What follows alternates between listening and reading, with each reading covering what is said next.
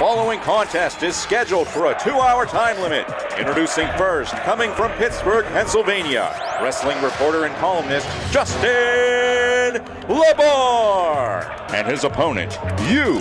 Call, tweet, email, because you can go one-on-one with Justin LaBar in Wrestling Reality right now on Trib Live Radio.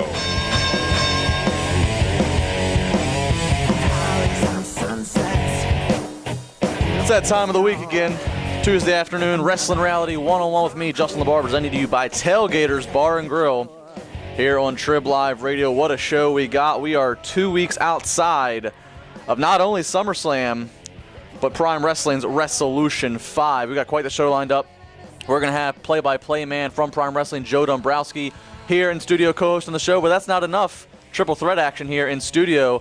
You're listening to the Delaney's right now. Everybody that's always tuning into the show, tune in to Chairshot Reality. You've become a fan of the Delaney's, whether you realize it or not. Lead singer Ziggy will be here. Ziggy's got quite the interesting wrestling mind and his own stories and background. So it's going to be a fun show. A lot of stuff. Of course, your calls, emails, tweets to go one on three today. But before we do any of that, let's get into Monday Night Raw. Last night, 2 weeks outside of a pay-per-view, in my mind, this is always the toughest week to book any pay-per-view. I always think it's the toughest week to book TV going into pay-per-view, whether it's WrestleMania, whether it's SummerSlam, whether it's Money in the Bank.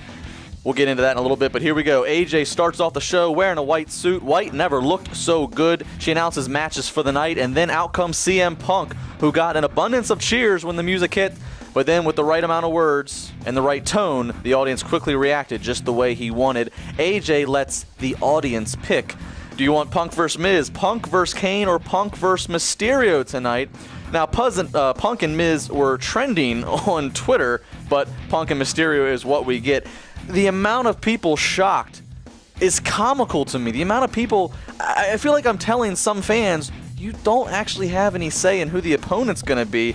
It's like telling a little kid about Santa Claus. It's unbelievable. Kane and Miz had matches and spots later in the show. It's scripted like everything else. Mysterio's a solid babyface. Punk's turning heel. WWE wants the match to be Punk versus Mysterio. That's what it's going to be. No different from any other segment or moment in the show. CM Punk beats Rey Mysterio. Alberto Del Rio arrives in his car, goes straight to AJ's office. He gets told he has a match next, so he sends Ricardo back to the car to get his wrestling gear. Well, Del Rio uses his boot, gets a win against Christian, while Sheamus steals Del Rio's car, and look out, he's driving and touting at the same time. Big Show versus Randy Orton, and this was a surprise match of the night for me in terms of, I thought they did a really good job continuing to let this match build. What often gets stale or hokey for me with how the Big Show and his giant role is used.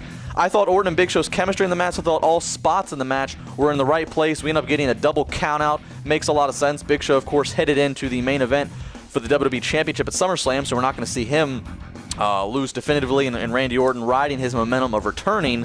No sign yet on who his next feud will be. Hawkins on Rex again against Ryback. Ryback gets the win. I'm tired of seeing this match, but I was happy that we got to see and hear a Ryback pre-recorded promo they showed in a double box during the match. Old school WWE action with the match going on and the promo coming up on the side of the screen. We needed to hear him talk on the mic, not just him mouthing "Feed me more." So I'm glad we started to get to hear, even if it wasn't anything new in the repertoire. At least we got to hear the voice of Ryback. Primo and Epico versus the Primetime Players, and I am liking. No, I'm loving the Primetime Players. I like them because whether it's Darren, whether it's Titus, whether it's AW, in fact, it's all three of them together, they make the most of every minute of television time they get. Damian Sandow attacks Brodus Clay as he comes to the ring. It appears we're finally going to have the first advertised pay-per-view match where Clay is going to be in a feud. I like that Sandow attacked him. Keep it going. Keep the heat building.